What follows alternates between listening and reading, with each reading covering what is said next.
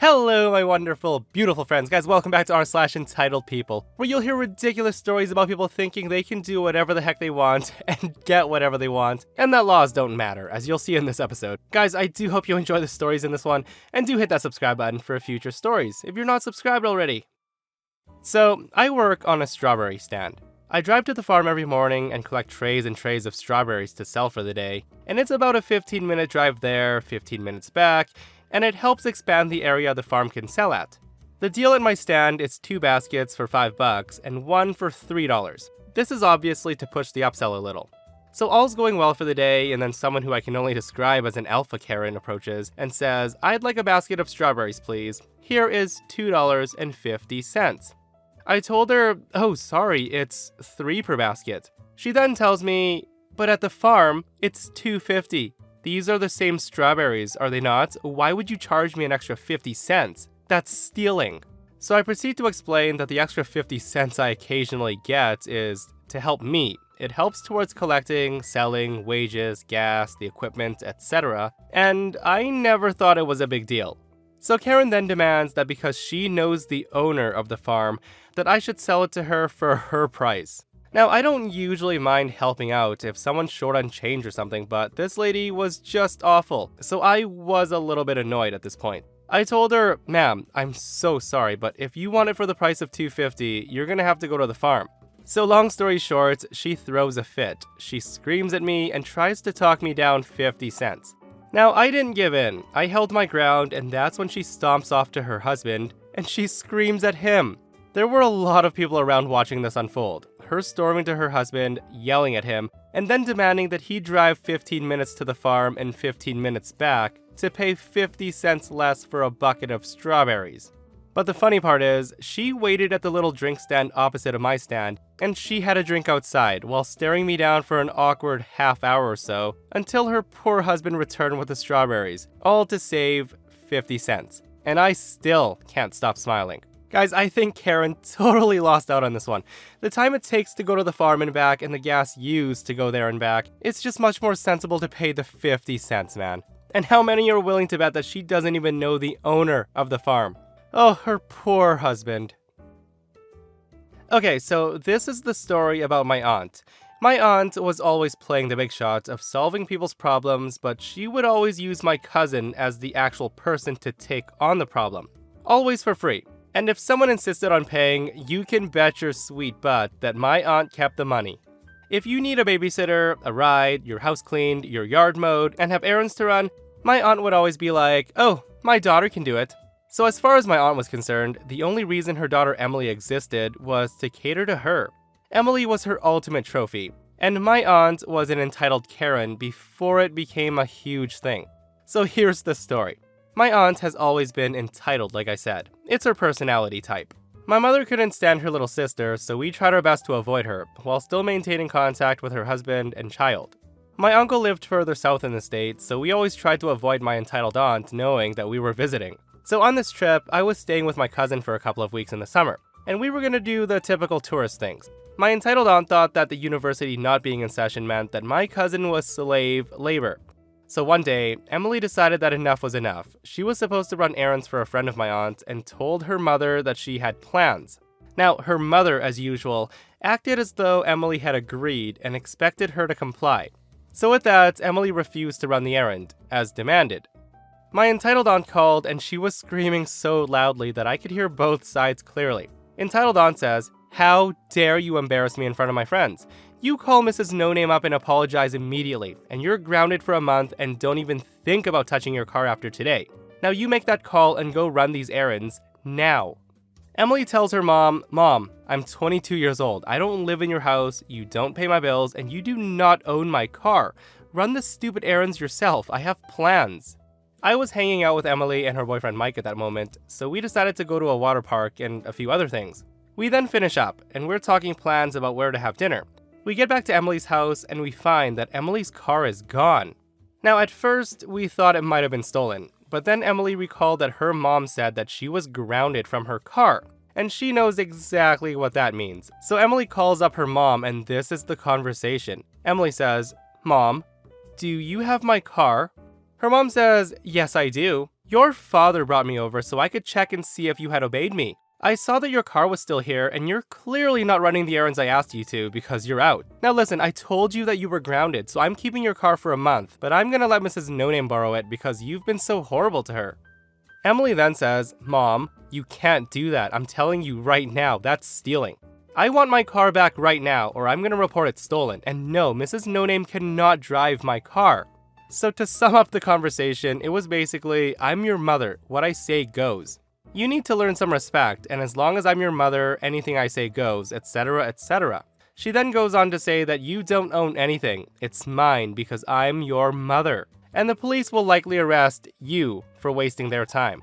So at that point, Emily hangs up and she looks at me. She's so angry and she's crying in rage. I convinced her to just call the police on her mom, so she picks up the phone and calls police. She tells them the car had been taken without her permission, and she tells police the exact location of her car.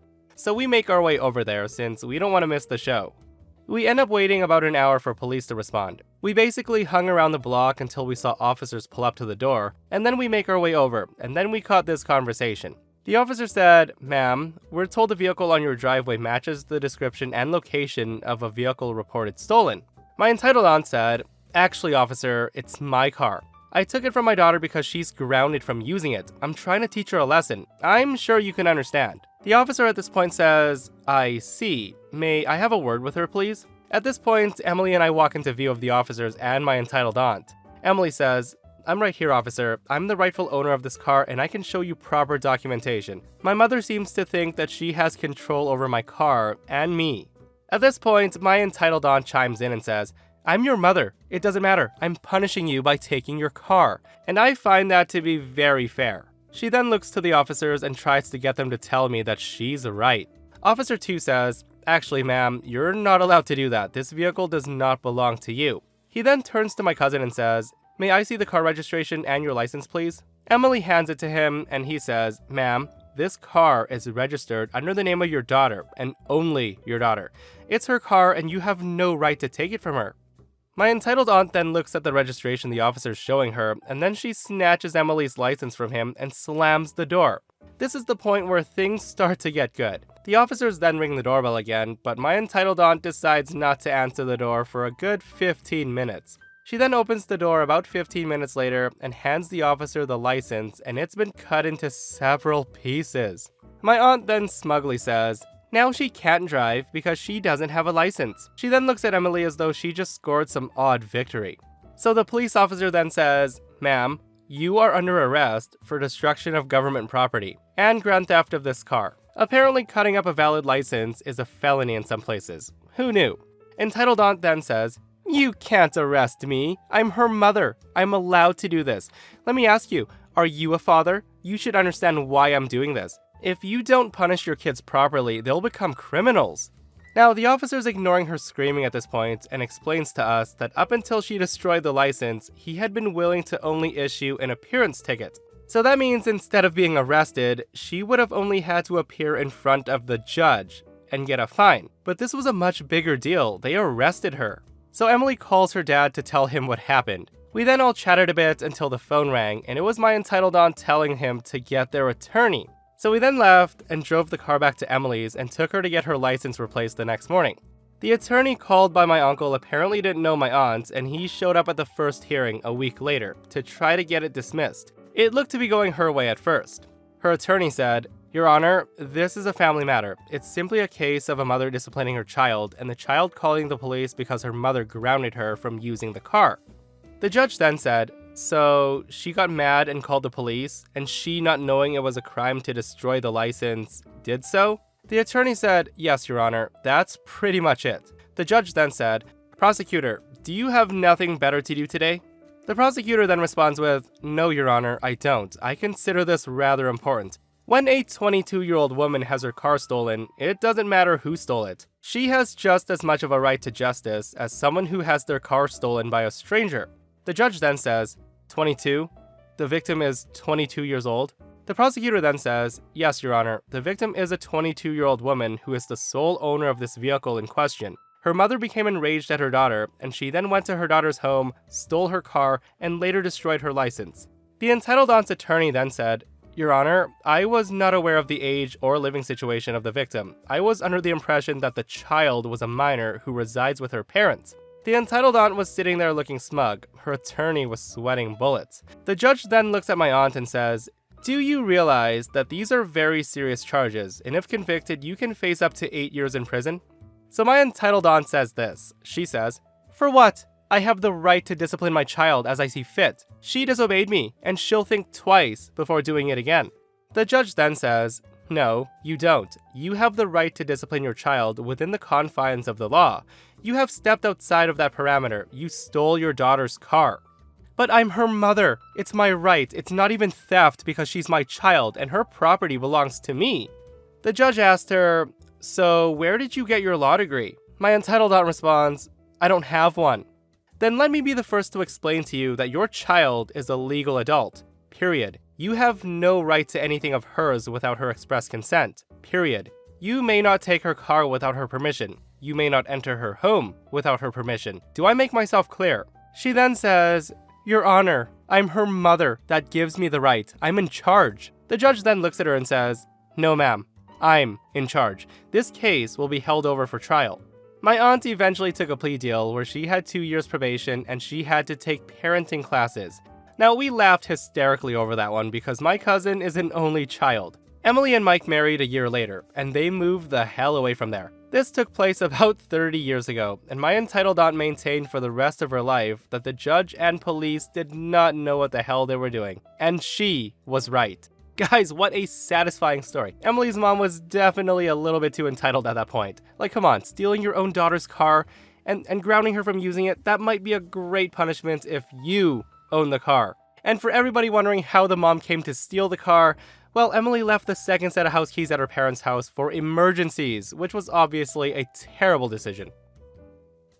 So this was from a few years ago. A little bit of backstory. I'm a dog trainer. I specialize in behavioral issues, rehabilitation, and service dogs. But I do also train regular cases. I'm a part of many dog-related social media groups, some for certified dog trainers and others open to the public. So this person finds me in a public dog group, and this is where the story starts. She messages me saying, "I saw you in public dog group. Do you train dogs?" I tell her, yes, I do. I offer appointments from Tuesday to Saturday every week, across the city and my surrounding area. She then asked how much. I told her prices are dependent on the type of training you need, the location, and sometimes vary slightly depending on variables in certain cases. You can see my price list on my website and my social media page to get an idea. Or if you'd like, I can ask you some questions and give you a more specific price. She then responds, "Your price list doesn't tell me anything." I tell her, "Okay, so I'm just gonna ask you some questions to get how much it'll be. Would you like that?" She says okay, and I say, "Great. First, I need to know what type of training you're looking for. What would you like my help with?" She then tells me, I just want to learn basic commands like come, sit, fetch, get the paper, jump through a hoop, riding a bus, cleaning, sleeping." Now, the woman literally gives me a list of 40 different things she wanted her dog to learn. Some possible to teach a dog, some very difficult, and some almost impossible to expect a dog to do. I tell her, "Oh, that's quite the list. Do you mind clarifying what you mean by riding a bus, cleaning your son's toys, and sleeping?"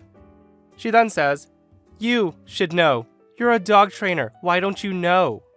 I told her, "I just want to make sure that I understand what you mean by that. It's important that we're on the same page and I understand exactly what you want me to teach your dog." She then says, "Well, sleeping is sleeping, cleaning is cleaning, and riding a bus is riding a bus. How hard is that to understand?"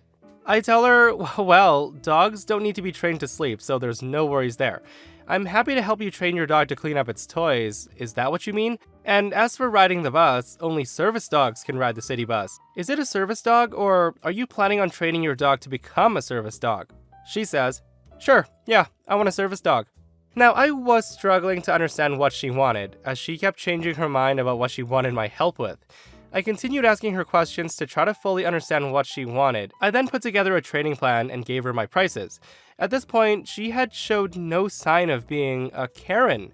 So she then books an appointment, and I told her if she has any questions between now and the appointment, she's welcome to ask. She did contact me quite a bit to ask me questions, but they were mostly about dogs, not dog training, such as, Is this breed a good family dog? Is it better to get a year-old dog or a little puppy? Is this breed good? Whatever that means. Now, I've been asked these questions many times, so none of it raised a red flag. So fast forward to the appointment. I get to her house, which is about a 45-minute drive for our consultation and appointment. Now, I drove a bit outside the area I usually go to, but she agreed to the travel costs and really wanted me, so I made an exception. So as I pull into her driveway, I see her standing at the window like a little kid, waiting for mom to come home. Now, I thought it was a bit unusual, but also sweet, as she's clearly excited to start training. Before I even open my car door, she runs out of the house and up to my car, blocking me from getting out. She says, "I'm so excited, I can't wait to get started." I told her, "Hey, I'm so glad you're excited. Can I come in so we can get started?" Now at this point, she's still blocking my car door, as she's talking about what kind of dog breed she wants. She says to me, "Border Collies are so smart, but they're very active. Cocker Spaniels are really cute, but not active enough." I said to her, excuse me? She ignores me and keeps going on and says, "Well, I could get a golden retriever, but my neighbor Stacy has one, and I don't want the same dog as Stacy. I could also get a smaller dog. Should I get a smaller dog?" I then said to her, "Excuse me, can I come in?" And she responds with, "Sure, I'll get in. Silly me, I'm just so excited." She then gets in the passenger seat of my car, sitting on the paperwork and my purse that she only halfway moved out of the way. Now, I am flustered, as this has never happened before. I told her, okay, so should we go inside for the session now? She then says, okay. I tell her we need to fill out some paperwork during the consultation, and she invites me to sit at the kitchen table. As I'm sitting down and getting crumpled paperwork flattened and organized, I'm distracted by there being no dog around anywhere. I ask her, "So, where's your puppy?" She then says, "Well, I was just thinking about that. We could go to the Humane Society and see what they have. There's a dog breeder 15 minutes away that..." Now, I interrupt her and say, no, I know you want to get a new dog, but where's the dog you have now?" She says, "Huh?" I say to her, "Do you not have a dog right now?" She then tells me, "No, of course not. That's why you're here. You're buying me a dog." At this point, I'm totally confused and I say, I know you wanted my help picking out the best breed for you, which I'm happy to do, but I'm here for a training session to train the dog you have now, right?" She then says, yeah, of course. My dog is just not here at the moment. Can we go get her?" I then ask her, "Where is she?" And she says, "Oh, not far, about 10 minutes. I tell her, "Okay, but the time's gonna be taken out of your session time. I won't be able to stay late." She tells me she doesn't care. I'm sitting there so confused. This is so unusual, and I have a weird feeling. Nonetheless, we jump into the car and go to the address she gave me. When we get there, she tells me to stay in the car for a minute while she goes in to pick up her dog. She goes inside, and about 30 seconds later, I go inside as well. She's the second person in line for the receptionist. Now, I do stand near her, but behind a bit, and that wasn't intentional. She knew I was coming in and heard me walk up. I expected her to say something like, "Hi, I'm so-and-so. I'm here to pick up my dog, Fido." But instead, she starts asking the woman about dog breeds, ages, number of puppies, etc., and she says, "I would like that one, please." The receptionist then asked her, "Oh, you'd like to adopt?" She says, "Yeah, I want to adopt that one, the one with the white spot on its ear." The receptionist then tells her, "Sure, he's up for adoption, but we had hoped him and his brother would stay together." And she says, "Oh, okay, I'll take both of them." The receptionist tells her, "That's a big decision. Are you sure you want both puppies?" She says, "Yep." Now, I am shortening this for the post's sake, but she had already gone through everything and had been cleared as someone who can adopt from them. The receptionist then says, "How would you like to pay?" She then says, "Oh, I brought someone. I'll just go get her. I'll be right back." She then turns around to go back to the car where she thinks I am. She sees me standing near the reception, and I could see her trying to figure out how much I heard. She then tries to con me into paying a small fee to pick up her dog, which she would then pay me back when she pays for the training session. So I immediately explained that I am not going to be buying her 2 puppies. I will not be buying all the puppy supplies, and even if I did, I will not be training a puppy immediately after bringing them home. So at this point, she looks very confused and said, "But hello, it's your job. You're a dog trainer. You even have puppy training listed in your prices." So I then had to explain that yes, I do train puppies, but any dog I train is not paid for by me. I simply train them, that's it. Nothing more, nothing less. And boy, did she not like that at all. She tried telling me that I'm a liar and that I'm conning her. She tried to tell me that I needed to pay for the puppies and their supplies because that's what a good pet trainer does, and that I owe her for this trouble. So I then tell her, you can either get in the car right now so I can drop you off at your house, or you can find a way home yourself. She continued to complain, whine, and manipulate me into buying her a puppy, saying that I owe her one for her troubles. So I left her to find her own way home, and after driving around the block, I did come back to give her one more chance to get in the car. She refused. She went full Karen after that and left me really bad reviews in every way on every platform from every account she could. Unfortunately, it did work, and I struggled for a bit because of that, but luckily, things have improved. I have a good reputation, and she's got the opposite. Guys, what a wild story. Like, her logic is beyond anything I could ever imagine. You're a dog trainer, right? So you should also buy people their dogs on top of training them. Like, that's literally me going to a mechanic and being like, oh, I heard you were a mechanic. So anyways, I want you to buy me a car. And of course she left the horrible reviews, because that's what entitled people do. They don't get what they want, so they have to ruin people. And that, my friends, brings us to another end of our /entitled people. Guys, I hope you enjoyed today's stories, and if you did, hit that thumbs up button. And if you missed the last episode on the channel, a Karen calls the cops when OP refused to wash her car, because she's a single mom. So check it out if you haven't, and I'll see you guys in the next one. I love you.